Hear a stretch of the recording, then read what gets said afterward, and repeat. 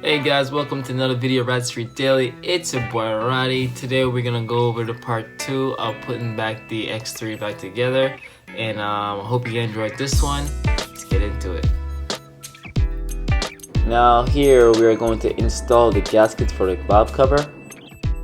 These 3 gaskets on the inside seal the holes for the coils.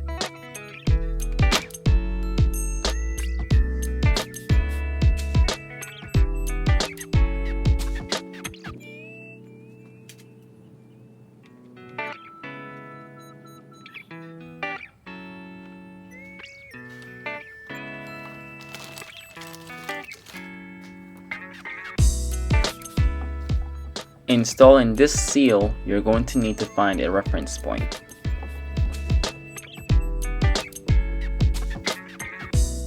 Once you find this reference point, go ahead and see if it fits into the valve cover, and keep going until you find where it actually mimics the valve cover to where you could install it.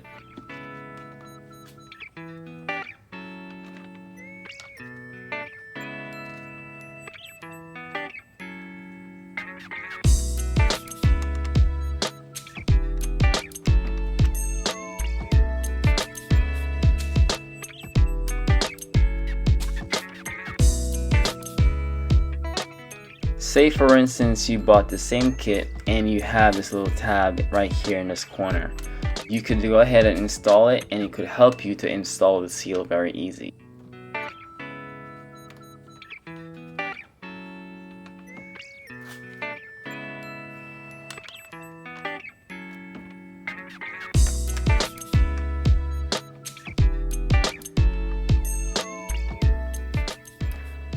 Now I'm just going to tap on the seal to make sure that it sits into the grooves of the valve cover, and once it does that, you're pretty much good.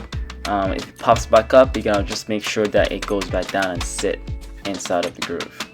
Hey, you could have a little fun with it, you could tap away.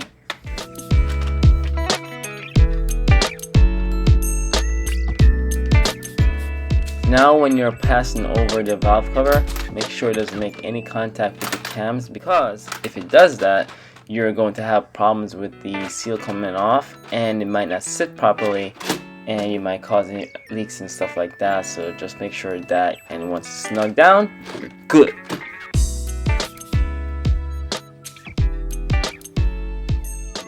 Now this seal around the cam sensor, I purposely left it out because it will be easier for me to put the valve cover on. And now that the valve cover is on, I'll just slide it in, and pretty much good to go. Make sure that the seal is seated right around the valve cover. You're solid.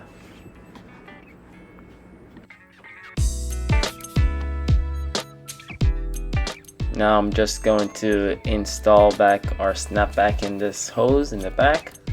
Snap, and we're good on that part, because if you leave that off, oh boy, you're in problems.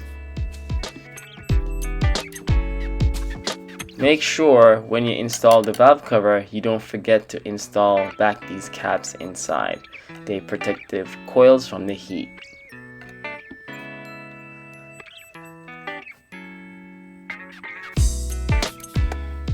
So when installing this actuator, you need to make sure that you do this correctly. If not, the actuator, when you start the car would vibrate and shake, and then you have to remove it and reinstall it. So when you put it in, and then I'm gonna wind it in. Hold on a second, I gotta line it up. Now I'm gonna put the tool in, and then I am going to wind it in.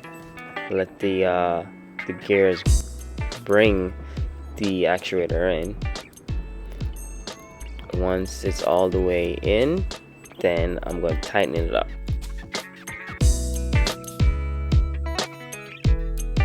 Now once you remove your hand from the actuator without putting in the bolts, if the actuator stays in like this, you don't have to worry about anything. You're good.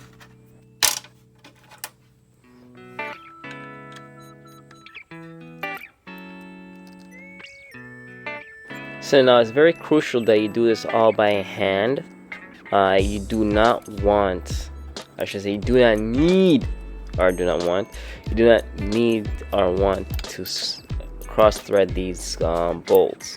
They are very easy to cross thread, especially the fact that I'm not using the inverted torque on these. You could put these in and you could cross thread these bolts, and they're very easy to cross thread because they're aluminum, and for some reason aluminum bolts, why they use them on these things, I don't even know, but they're very easy to cross thread.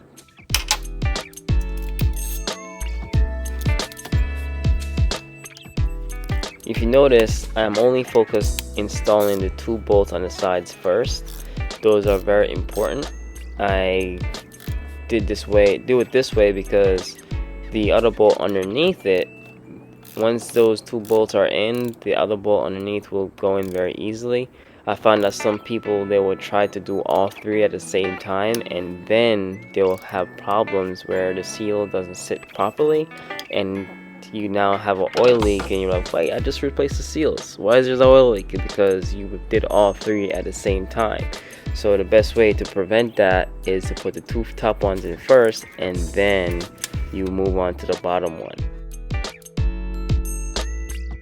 Now I'm actually gonna counterclockwise wind the actuator, putting tension on the cams, and once I wind it all the way back, just like this, and once it gives that kickback, then I know that I'm in a good position.